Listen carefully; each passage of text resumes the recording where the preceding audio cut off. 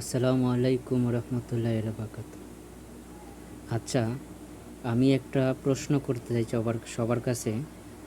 প্রশ্নটা হইতেছে গিয়া, কোরআনের আইন অনুযায়ী কেউ যদি বলে যে দেশ এবং বিশ্ব পরিচালনার কথা, তাহলে কি অপরাধ? যদি কেউ বলে যে আল্লাহর আইন অনুযায়ী সব কিছু চলবে, তাহলে কি অপরাধ? বলেন। কেউ যদি বলে যে আল্লাহ এবং আল্লাহ রাসূলের কোরআন সুন্নার অনুযায়ী দেশ পরিচালনা হবে, তাহলে কি অপরাধ?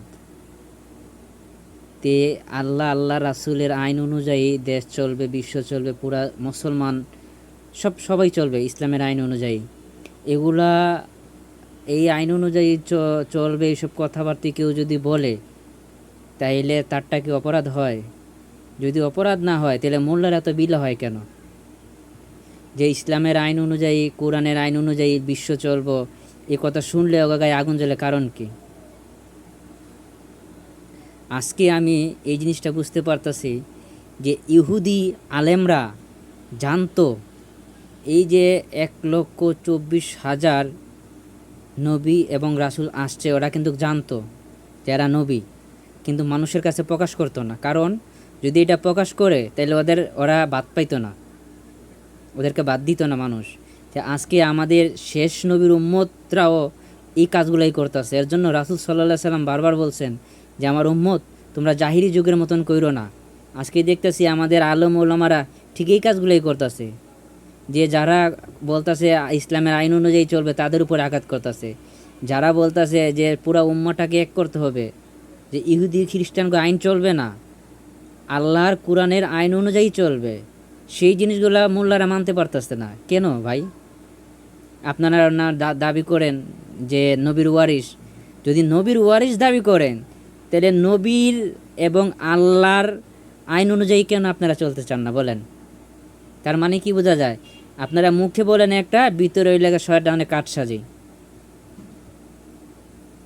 যে উপরের লেবাস লাগাইছেন যে আমরা দিন প্রচার করতেছি, আসলে না। আমি এই জিনিসটাই বুঝতে পারতাছি যে যখন ইমাম মেহেদী আসবে, তখন আপনারা কেন তরাল উঠাইবেন সবার আগে? ইহুদি খ্রিস্টানদের আগে আপনারা মোল্লারা উঠাইবেন আগে ইমাম মেহেদীর উপরে তরোয়াল। আজকে বুঝতে পারতাছি যে কোরআনের কথা বললে এবং সত্য কথা বললে আপনাদের গাও জ্বলে। কারণ যারা বলে যে পুরা উম্মাটাকে এক করতে হবে, আপনাদের গাও জ্বলে। যদি কেউ যদি বলে যে আল্লাহর কোরআনের আইন অনুযায়ী, আল্লাহর আইন অনুযায়ী চলবে, আপনাদের গাও জ্বলে। ছি! আবার মুখে বলেন আমরা ইসলাম প্রচার করি। এটি কি জানেন? মুনাফিকি। এর জন্য বলছে যে ইহুদি খ্রিস্টান আমাদের প্রকাশ্য শত্রু, আর সব থেকে বড় শত্রু লেখা মুনাফিক, যারা ইসলামের লেবাস ধরে ইসলামের ক্ষতি করে। আল্লাহর আইন অনুযায়ী চলবে, শান্তি হবে। আর আপনাদের আইন অনুযায়ী চললে আরও মানুষ অশান্তিতে চলবে।